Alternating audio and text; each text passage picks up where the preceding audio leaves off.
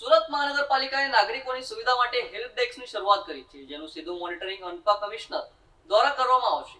આ પહેલથી લોકોને વહીવટી કામોમાં ઝડપથી માર્ગદર્શન અને સમયસર નિરાકરણ મળી શકશે। સુરત મહાનગરપાલિકા દ્વારા નાગરિકોની સુવિધા માટે એક મહત્વપૂર્ણ પગલું ભરતા પાલિકા કચેરીમાં અરજદારોના માર્ગદર્શન માટે હેલ્પ ડેસ્કની શરૂઆત કરવામાં આવી છે।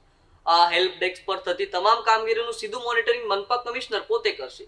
પાલિકા કમિશનરના જણાવ્યા અનુસાર આ પહેલનું મુખ્ય હેતુ લોકોના વહીવટી કામોમાં ઝડપ લાવવા અને તેમને અધિકારી કર્મચારીઓના ખોટા ધક્કા ખાવા ન પડે તે સુનિશ્ચિત કરવાનો છે। હેલ્પ ડેસ્ક વિવિધ માધ્યમો દ્વારા લોકોની સમસ્યાઓનું તાત્કાલિક નિરાકરણ લાવવાના સહાયરૂપ થશે। મનપા પ્રશાસને આ નિર્ણય વહીવટી પ્રક્રિયાને સરળ બનાવીને લોકોનો કિંમતી સમય બચાવવા ઉદ્દેશ સાથે લીધો છે।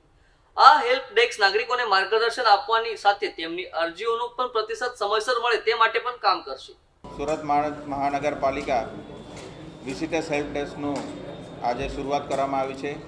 એ અદ્યતન હેલ્પ ડેસ્કમાં જે મ્યુનિસિપલ કમિશનરશ્રીને મળવા માટે સુરતીઓ સિટીઝન્સ આવે છે એ લોકોનું કમ્પ્લેન્ટ્સનું રજિસ્ટ્રી કરવામાં આવશે, એના અલગ અલગ કોડિંગ કરવામાં આવશે અને એનું ટ્રેકિંગ માટેની વ્યવસ્થા સાથે આ સિસ્ટમ ઊભું કરવામાં આવશે।